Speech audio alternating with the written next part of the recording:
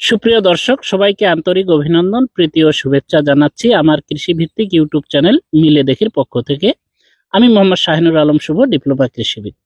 দর্শক বন্ধুরা ও চাষি ভাইরা, আজকে আমি এই পর্বে যেই বিষয়টি নিয়ে আলোচনা করতে চাচ্ছি সেইটি হচ্ছে, আমরা যে ধান রোপণ করার 30 থেকে 40 দিনের মাথায় এসে আমাদের ধানের জমিগুলো শুকাই দেই অর্থাৎ শুকে ফেলি। পানি 6-7 দিন 8-10 দিন শুকিয়ে নেই, শুকিয়ে নিয়ে কোথাও কোথাও ফাটিয়ে ফেলি জমি।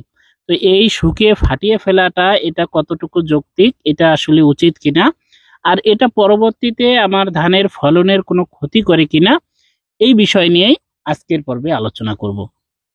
তো দর্শক বন্ধুরা, মূল পর্বে যাওয়ার আগে আমার পক্ষ থেকে ছোট্ট একটি রিকোয়েস্ট, যারা আমার চ্যানেলের নতুন দর্শক বন্ধু আছেন তারা অবশ্যই চ্যানেলটি সাবস্ক্রাইব করবেন। আর যদি আমার দেওয়া তথ্যগুলো ভালো লাগে তাহলে অবশ্যই তো একটা লাইক করতেই পারেন।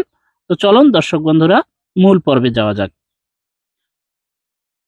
দর্শক বন্ধুরা, যেহেতু আজকের পর্ব হচ্ছে যে আসলে ধানের যে আমাদের জমি, সেই জমি আমরা শুকিয়ে ফাটিয়ে ফেলার কি কারণ আছে, কিংবা এটা ফাটিয়ে ফেললে আমাদের ধানের ফলন কম বেশি হবে কিনা, আর এটা ফাটিয়ে ফেলা উচিত কিনা, কিংবা কেন আমরা ফাটিয়ে ফেলবো, এই তথ্যগুলোই নিয়ে আজকে আলোচনা করব। তো শুরুতে আমরা জানি যে আসলে আমরা কেন এই জমিগুলো ফাটিয়ে ফেলি, এই জমিগুলো শুকিয়ে নেই কেন। দর্শক বন্ধুরা, এটা আপনারা যেহেতু চাষি ভাই, আপনারা সবেই জানেন। আপনার জানাটাই আমি একটু বলে রাখি যে আসলে আমরা এই জন্যই জমিগুলো ফাটিয়ে নেই। কোথাও কোথাও দেখা যায় অতিরিক্ত শ্যাওলা জমে গেছে জমিতে দীর্ঘদিন পানি থাকার কারণে, যার কারণে জমিতে সার যে আমি প্রয়োগ করছি সেই সারগুলো আমার গাছগুলো গ্রহণ করতেছে না। এই কারণে ম্যাক্সিমাম আমরা ফাটা জমিটা ফাটিয়ে নেই। দ্বিতীয়ত কারণ হয় যে আসলে আমি সার দিলাম, সার দেওয়ার পরেও কোনো রকম যখন সারগুলো ধরতেছে না, সেই কারণেও আমরা জমিগুলো ফাটিয়ে নিই। তৃতীয়ত কারণ হচ্ছে যে ফাটিয়ে নেওয়ার পরে দেখা যায় যে আমাদের জমিগুলোর যেই রোয়াগুলো যেই পজিশনে ছিল তার চেয়ে অনেক ভালো হয়, সেই জন্য আমরা প্রতি বছর একটা করে শুকনা দেই এবং জমিগুলো ফাটিয়ে নিই। এখন আসি, এই যে আমরা যে ফাটিয়ে নেই জমিগুলো, এতে কি লাভ, এতে কি আসলে রোয়া পরবর্তীতে ভালো হয়, কিংবা হয় কেন, এর কি কোনো যুক্তি আছে, এর কি কোনো ব্যাখ্যা আছে, এটা কি উচিত? দর্শক বন্ধুরা, যেহেতু আপনারা যারা আমার পর্বটি দেখছেন তারা অবশ্যই চাষি এবং চাষের সাথে জড়িত। তো আমরা দেখি যখনই আমাদের জমিতে ফাটিয়ে নেওয়া হয় জমিগুলো, শুকনা দেওয়ার পরবর্তীতে আমরা যখন সার দিই সেক্ষেত্রে খুব তাড়াতাড়ি গাছ আসলে ভালো হয়ে যায়। এর যে কারণটা, এটার বৈজ্ঞানিকও কারণ আছে। কারণটা হচ্ছে যখনই কোনো উদ্ভিদ কোনো রকম কষ্ট ছাড়াই এমনি উঠতেছে, আর যেই খাদ্যগুলো আমরা দিচ্ছি এই খাদ্যগুলো নিয়ে উদ্ভিদ কোনো রকম সাড়া দিচ্ছে না, সেই সময় যদি উদ্ভিদকে একটা কষ্ট দেওয়া হয়, কোথাও কোথাও মই দিয়ে দেওয়া হয়, কোথাও শুকনো দিয়ে কষ্ট দেওয়া হয়, তখন কিন্তু শুকনো পাওয়ার পর জমির যে শিকড়গুলো আছে, তখন উদ্ভিদ সেই শিকড়গুলোর সাহায্যে সেই পাতাগুলোর, তার যে পাতা আছে সেই পাতার সাহায্যে কিন্তু তার যে অভিযোজন ক্ষমতা আছে, তার যে পুষে নেওয়ার ক্ষমতা আছে, সেরে নেওয়ার ক্ষমতা আছে, এই ক্ষমতা প্রয়োগ করা শুরু করে। যখনই তার কাছে একটা কন্টিনিউ পানি ছিল, কন্টিনিউ একটা রস ছিল, কন্টিনিউ একটা খাদ্য ছিল, সে কোনো রকম ভাবে এটা যখন নিচ্ছে না, তখন যখন দেখা যায় যে আসলে আহ, এইভাবে কোনো রকম সাড়া পাচ্ছে না, তখন যদি আমরা তাকে সাড়া প্রদানের জন্য, সাড়া দেওয়ার জন্য একটা কষ্ট দিয়ে থাকি, অর্থাৎ জমি শুকিয়ে নেই, তখন কিন্তু তার অভিযোজন ক্ষমতার মাধ্যমে উদ্ভিদ তখন সাড়া দিতে শুরু করবে। তখন সাড়া দিতে শুরু করবে এবং তার শরীরে একটা টান চলে আসবে।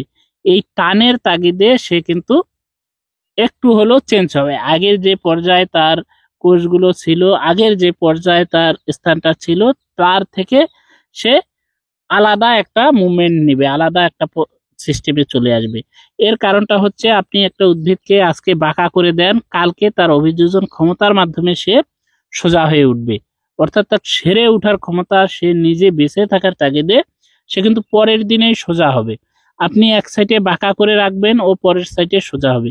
এই যে ক্ষমতাটা, এই ক্ষমতাটার কারণেই উদ্ভিদকে আমরা যখন কষ্ট দিয়ে থাকি, উদ্ভিদকে যখন একটা অন্য পর্যায়ে নিয়ে থাকি, তখন সে আলাদা তার যে শারীরিক যে শক্তি আছে, শারীরিক যে উদ্ভিদের ক্ষমতা আছে, অভিযোজন ক্ষমতা যেটাকে বলে, এই খাপ খেয়ে নেওয়ার ক্ষমতা তখন সে প্রয়োগ করবে। এই কারণে যখন এই জমিগুলোকে আমরা ফাটিয়ে ফেলি কিংবা অনেকে মই দিয়ে দেই, তখন কি হয়, ওই একটা কষ্ট সে পেয়ে গেল, একটা তার পর্যায়ে চলে গেল, আহারে এই পর্যায়ে আছি, এই পর্যায় থেকে তো আমাকে সেরে উঠতে হবে, এই প্রকৃতিতে আমাকে বেঁচে থাকতে হবে, এই তাগিদেই তখন কিন্তু সেই উদ্ভিদগুলা, সেই গাছগুলো, সেই যে আমাদের ধানের গাছগুলো আছে, এই গাছগুলো কিন্তু তখন ভালো হয়ে যায়। তাছাড়া আমরা তো আগেই আলোচনা করছি যে অনেক শ্যাওলার ক্ষেত্রে হয়ে যায়, দীর্ঘদিন একটা জমিতে পানি থাকার কারণে অতিরিক্ত শ্যাওলা জমে যায়। দেখা যায় যে এই যে আপনারা স্ক্রিনে দেখতে পাচ্ছেন, এইরকম যখন হয়ে যায়, তখন কিন্তু আমরা যদি সারগুলো প্রয়োগ করি, পরবর্তীতে যে কোনো খাদ্য প্রয়োগ করি, সেটা কিন্তু সরাসরি মাটিতে যাচ্ছে না, তার আগেই এগুলো কিন্তু রোদে শুকে টুকে নষ্ট হয়ে যাচ্ছে। তো যখন আমরা এই শুকনাটা দিব, তখন কিন্তু এই যে এজোলা বা শ্যাওলা, এই যে যেগুলো আছে কুচুরিপানা, এই কুচুরিপানা বলেন, শ্যাওলা বলেন, এজোলা বলেন, সবগুলো মাটিতে শুকিয়ে নষ্ট হয়ে যাবে।